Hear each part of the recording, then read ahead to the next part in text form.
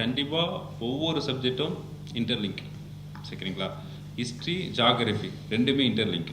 இப்போ ஏன்ஷியன் டைமில் ஒரு இடத்துல ஃபஸ்ட்டு ஒரு சிவிலைசேஷன் ஏற்படுதுன்னா அதில் வந்து ஜாகிரஃபியோட தாக்கம் வந்து ரொம்ப இம்பார்ட்டன்ட்.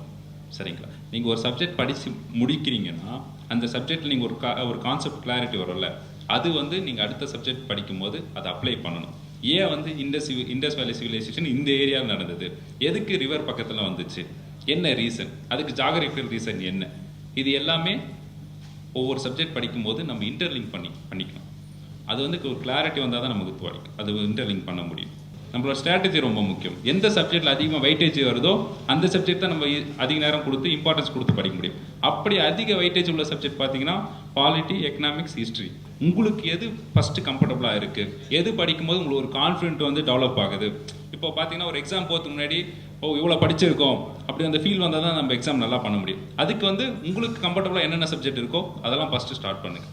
ஆர்டராக எடுத்து படிக்கணும். உங்களுக்கு என்ன கம்ஃபர்டபுளாக இருக்குது, உங்களோட ஸ்ட்ரென்த் என்னவோ அந்த ஆர்டரில் எடுத்து படிங்க. ஃபிக்ஸ்டு ஆர்டரில் எதுவும் கிடையாது. பட் ஒவ்வொரு சப்ஜெக்ட் இன்டர்லிங்க்டு.